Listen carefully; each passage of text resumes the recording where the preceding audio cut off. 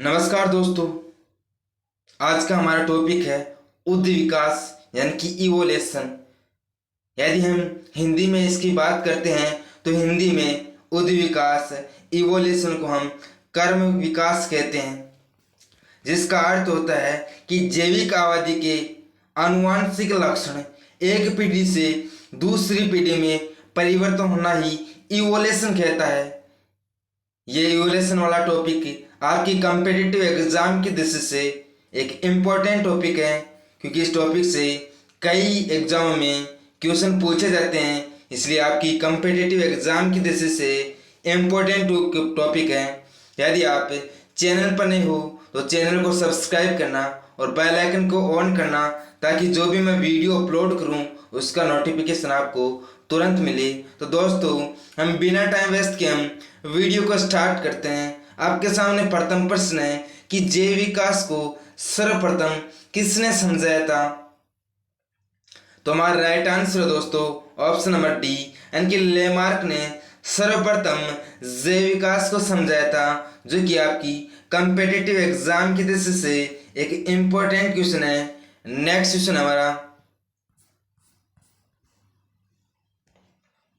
लामार्कवाद का मूल सिद्धांत है। यदि लामार्कवाद के हम मूल सिद्धांत की हम बात करते हैं तो लामार्कवाद का मूल सिद्धांत ऑप्शन नंबर बी, यानी कि उपार्जित लक्षणों की वंशागति से संबंधित एक सिद्धांत है, जिसे हम लामार्कवाद का सिद्धांत कहते हैं। यह भी कई कॉम्पिटिटिव एग्जाम में पूछा गया क्वेश्चन है।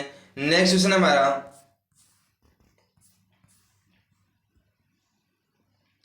जीवों की प्राकृतिक चयन का सिद्धांत प्रतिपादित किया था। यह क्वेश्चन 2018 में रेलवे ग्रुप डी और 2021 में एनटीपीसी में क्वेश्चन पूछा गया कि प्राकृतिक चयन का सिद्धांत किसने दिया था? तो हमारा राइट आंसर है ऑप्शन नंबर डी, यानी कि डार्विन ने प्राकृतिक चयन का सिद्धांत दिया था।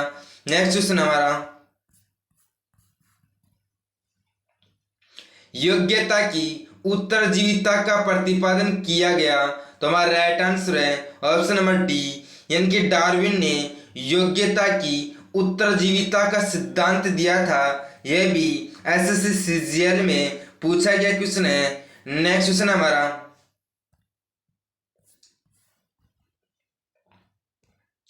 उत्परिवर्तन यानी कि म्यूटेशन के सिद्धांत के जन्मदाता है। तो उत्परिवर्तन के सिद्धांत के जन्मदाता की हम बात करते हैं तो हमारा राइट आंसर दोस्तों ऑप्शन नंबर सी, यानी कि डी ब्रिज ने उत्परिवर्तन के सिद्धांत का प्रतिपादन किया था। यह भी रेलवे ग्रुप डी 2018 में इस क्वेश्चन को पूछा गया है, इसलिए आपकी कम्पिटिटिव एग्जाम की दृष्टि से इंपॉर्टेंट क्वेश्चन है।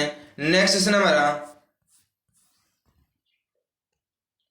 समरूप अंग होते हैं। यदि दोस्तों हम समरूप अंग की बात करते हैं तो समरूप अंग वे अंग होते हैं जो कि रचना में समान होते हैं। तो हमारा राइट आंसर है ऑप्शन नंबर ए, यानी कि समरूप अंग यानी कि रचना में समान। यह भी आपकी कम्पिटिटिव एग्जाम की दृष्टि से इंपॉर्टेंट क्वेश्चन है।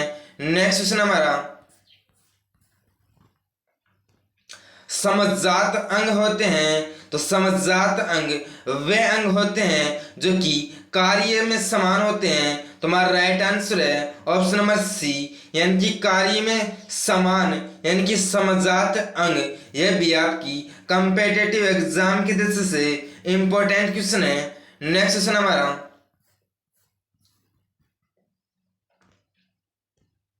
वर्ष 1809 में प्रथम बार फ्रांसीसी जीव वैज्ञानिक जॉन लेमार्क ने जीवन के विकास का अध्ययन क्रम में अपने सिद्धांतों को प्रतिपादित किया। निम्नलिखित में से कौन सा सिद्धांत इससे संबंधित नहीं है? तो हमारा राइट आंसर दोस्तों ऑप्शन नंबर बी, यानी कि जीवन के संघर्ष का सिद्धांत, जो कि जॉन लेमार्क के द्वारा प्रतिपादित नहीं किया गया था। यदि जीवन के संघर्ष के सिद्धांत की हम बात करते हैं दोस्तों तो डार्विन ने चार्ल्स डार्विन ने जीवन संघर्ष का सिद्धांत प्रस्तावित किया था? तुम्हारा राइट आंसर है ऑप्शन नंबर बी, यानी कि जीवन संघर्ष का सिद्धांत, जो कि जॉन लेमार्क के द्वारा प्रस्तावित नहीं किया गया था, जो कि उपार्जित लक्षणों की वंशागति, जो कि लेमार्क के द्वारा दिया गया सिद्धांत है। नेक्स्ट हमारा वातावरण का प्रत्यक्ष प्रभाव, यह भी जॉन लेमार्क के द्वारा प्रस्तावित सिद्धांत है। नए अंगों का अभिभाव, यह भी जॉन लेमार्क के द्वारा प्रस्तावित सिद्धांत है, जो कि आपकी कंपेटिटिव एग्जाम की दृष्टि से ये क्वेश्चन इंपॉर्टेंट है। नेक्स्ट क्वेश्चन हमारा, निम्नलिखित में से कौन सा सिद्धांत उद्विकास की व्याख्या करने के लिए डार्विन द्वारा प्रतिपादित नहीं किया गया है? तुम्हारा राइट आंसर दोस्तों ऑप्शन नंबर बी, यानी कि अंगों का उपयोग एवं अनुपयोग, जो कि चार्ल्स डार्विन के द्वारा प्रतिपादित नहीं किया सिद्धांत है, क्योंकि अंगों का उपयोग एवं अनुपयोग यह सिद्धांत जॉन लेमार्क के द्वारा दिया गया सिद्धांत है, जबकि सामर्थ्य की उत्तरजीविता का सिद्धांत, नई जातियों की उत्पत्ति और जीवन संघर्ष का सिद्धांत, यह सभी सिद्धांत चार्ल्स डार्विन के द्वारा दिए गए हैं, जो कि आपकी कंपेटिटिव एग्जाम की दृष्टि से सभी क्वेश्चन यानी कि इंपॉर्टेंट है, सभी ऑप्शन। नेक्स्ट क्वेश्चन हमारा, नेचुरल सिलेक्शन द्वारा ओरिजिन ऑफ लाइफ पुस्तक किसने लिखी थी? यह क्वेश्चन कई कंपेटिटिव एग्जाम में बार बार रिपीट हुआ है। तो हमारा राइट आंसर है ऑप्शन नंबर ए, यानी कि चार्ल्स डार्विन ने ओरिजिन ऑफ लाइफ पुस्तक लिखी थी नेचुरल सिलेक्शन द्वारा। यह भी आपकी कंपेटिटिव एग्जाम की दृष्टि से इंपॉर्टेंट क्वेश्चन है। नेक्स्ट क्वेश्चन हमारा,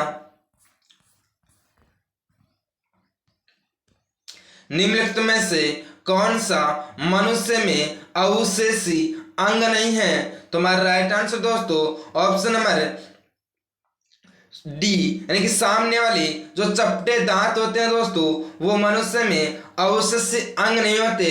तो इस क्वेश्चन से एक क्वेश्चन इस प्रकार भी पूछ सकता है कि निम्नलिखित में से कौन सा मनुष्य में अवशेषी अंग है? तो आपको दे दिया जाता है ऑप्शन में निकेटिंग पर्दा, कर्णभाई मेस्पेसिया, वार्मेपर में अपेंडिक्स। तो इन तीनों में से किसी पर ऑप्शन दे, वो भी हमारा राइट आंसर होगा। नेक्स्ट क्वेश्चन है दोस्तों, उत्परिवर्तन का सिद्धांत प्रतिपादित किया गया था? तो हमारा राइट आंसर दोस्तों ऑप्शन नंबर डी, यानी कि डी ब्रिज ने उत्परिवर्तन का सिद्धांत प्रतिपादित किया था, जो कि यूपीएससी 2005 में क्वेश्चन को पूछा गया है, इसलिए आपकी कंपेटिटिव एग्जाम की दृष्टि से इंपॉर्टेंट क्वेश्चन है। नेक्स्ट क्वेश्चन हमारा, यदि दोस्तों वीडियो अच्छा लगे तो लाइक करना और अपने दोस्तों में शेयर करना। ऐसे अंग जो कि विभिन्न कार्य में उपयोगी होने के कारण काफी असमान होते हैं, यहाँ पर बोल रहे हैं कि कार्यों में असमान होते हैं, लेकिन उसकी मूल संरचना यानी कि गुणनीय प्रक्रिया में समानता होती है। तो कहलाते आपको पता है कि जब कार्य में असमान होते हैं लेकिन रचना में समान होते हैं, तब क्या कहलाते हैं? समजात अंग। यहाँ पर बोल रहा है कि मूल संरचना में समान है तो समजात होंगे, लेकिन यहाँ पर यदि कार्य में समान होते तब समरूप हो जाते। तो हमारा राइट आंसर है ऑप्शन नंबर डी, यानी कि समजात अंग, क्योंकि यह मूल संरचना में समान है। दोस्तों यह भी आपकी कंपेटिटिव एग्जाम की दृष्टि से इंपॉर्टेंट क्वेश्चन है। नेक्स्ट क्वेश्चन हमारा,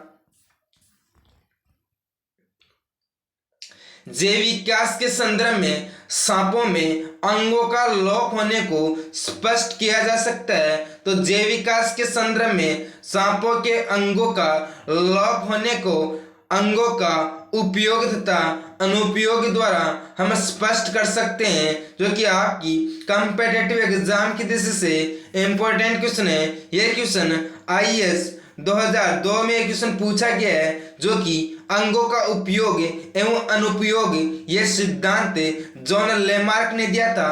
नेक्स्ट क्वेश्चन दोस्तों,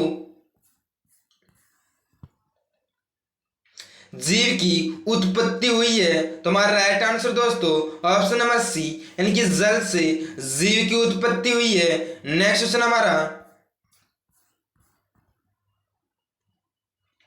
जीवन की उत्पत्ति के समय कौन स्वतंत्र अवस्था में नहीं पाई जाती थी? यह भी आपकी कॉम्पिटिटिव एग्जाम के दृष्टि से इंपॉर्टेंट क्वेश्चन है। तो हमारा राइट आंसर है ऑप्शन नंबर डी, यानी कि जो ऑक्सीजन गैस है यह जीवन की उत्पत्ति के समय स्वतंत्र अवस्था में नहीं पाई जाती थी। नेक्स्ट क्वेश्चन है दोस्तों, विकास की प्रक्रिया में मनुष्य का निकटतम प्राणी है? तो विकास की प्रक्रिया के समय मनुष्य का जो निकटतम प्राणी था दोस्तों, तुम्हारा राइट आंसर है ऑप्शन नंबर डी, यानी कि बी, बंदर, जो कि मनुष्य का निकटतम प्राणी था विकास की प्रक्रिया के समय। नेक्स्ट क्वेश्चन है दोस्तों, मनुष्य में अवशेषी अंग है? तुम्हारा राइट आंसर है ऑप्शन नंबर ई, कर्णपल्लव पेशिया, जो कि मनुष्य में अवशेषी अंग है। यह भी क्वेश्चन 2021 में एनटीपीसी में पूछा गया था। नेक्स्ट क्वेश्चन है दोस्तों, जीवों के विकास के संदर्भ में निम्नलिखित में से कौन सा अनुक्रम सही है? तो जीवों के विकास के संदर्भ में हम अनुक्रम की बात करते हैं। तो हमारा राइट आंसर दोस्तों ऑप्शन नंबर सी, सबसे पहले सालमेंडर का विकास हुआ था, उसके बाद में अजगर और उसके बाद में कंगारू, जो कि विकास के यानी कि जीवों के विकास के संबंध में अनुक्रम सही है। तो हमारा राइट आंसर है ऑप्शन नंबर सी, सालमेंडर, अजगर और कंगारू। नेक्स्ट क्वेश्चन है दोस्तों, प्रयोग और अनुप्रयोग का कानून या नियम किन के द्वारा प्रतिपादित किया गया था? तो हमारा राइट आंसर है ऑप्शन नंबर सी, लमार्क के द्वारा प्रयोग एवं अनुप्रयोग का सिद्धांत प्रस्तावित किया गया था, जिस सिद्धांत के माध्यम से हम सांपों के लोप को स्पष्ट कर सकते हैं। एसएससी 2012 में इस क्वेश्चन को पूछा गया था, इसलिए आपकी कॉम्पिटिटिव एग्जाम की दृष्टि से इंपॉर्टेंट क्वेश्चन है। नेक्स्ट क्वेश्चन हमारा, पक्षियों और कीटों के पंख होते हैं? यह भी आपकी कॉम्पिटिटिव एग्जाम की दृष्टि से इंपॉर्टेंट क्वेश्चन है। तो हमारा राइट आंसर है ऑप्शन नंबर सी, समवर्ती, जो कि पक्षियों और कीटों के पंख समवर्ती होते हैं। यह क्वेश्चन 2018 में रेलवे ग्रुप डी में पूछा गया था, इसलिए आपकी कॉम्पिटिटिव एग्जाम की दृष्टि से इंपॉर्टेंट क्वेश्चन है।